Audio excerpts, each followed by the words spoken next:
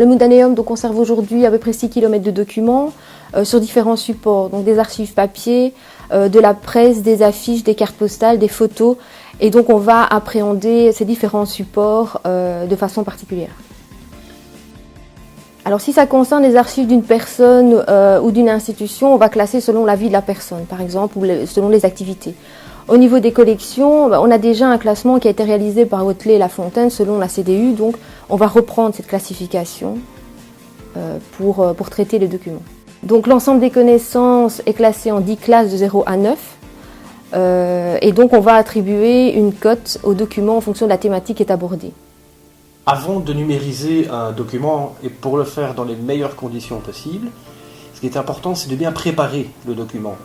Donc pour le préparer, il y a évidemment une petite phase de nettoyage, de dépoussiérage pour être plus précis. Donc là, on utilise des pinceaux spéciaux pour pouvoir dépoussiérer le document. L'étape suivante, ça va être la mise à plat.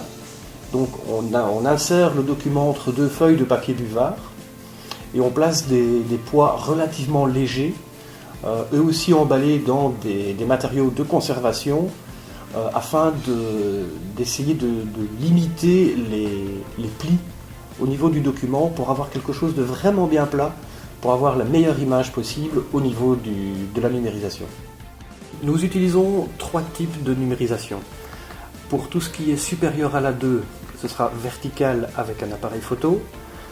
Pour tout ce qui est iconographique, plaque de verre, carte postale, là c'est avec une table lumineuse et un appareil photo également. Et pour tout ce qui est presse et ouvrages reliés, là nous avons un scanner A2 tout à fait adapté. L'idée générale, la philosophie générale qui tient notre manière de numériser, c'est la fidélité par rapport à l'original. Donc ça c'est important parce que on peut toujours embellir avec les techniques modernes, évidemment, de numérisation. On peut embellir les images, mais ici, en tant que centre d'archives, on essaye de coller au plus près de la réalité du document. Alors, les documents numérisés vont nous servir à la valorisation. Donc, on va pouvoir répondre aux chercheurs et leur envoyer les fichiers numériques. Ça permet qu'ils ne se déplacent plus. Et donc, on va répondre à plus de demandes. Et on va également pouvoir valoriser sur les réseaux sociaux, sur notre site internet, dans des publications ou des expositions. Alors comme les documents sont numérisés, on va pouvoir les exploiter sur des plateformes et donc ça va nous permettre en fait de faire des liens entre les différents documents, des liens qu'on n'aurait peut-être pas pu faire avec les documents physiques. Et donc les Digital Humanities, c'est ça, c'est de pouvoir appréhender un sujet selon différentes thématiques, selon différents points de vue. Le travail que nous réalisons à l'heure actuelle, notamment avec la numérisation, c'est vraiment dans la continuité des idées d'Hotelet, notamment le livre téléphoté.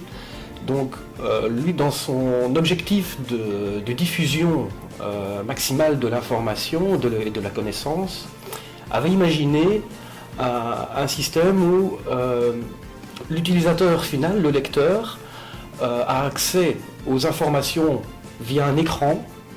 Donc tous les documents sont centralisés dans une grande bibliothèque et les informations qu'il recherche lui sont transmises jusque chez lui, sans fil, sur un écran.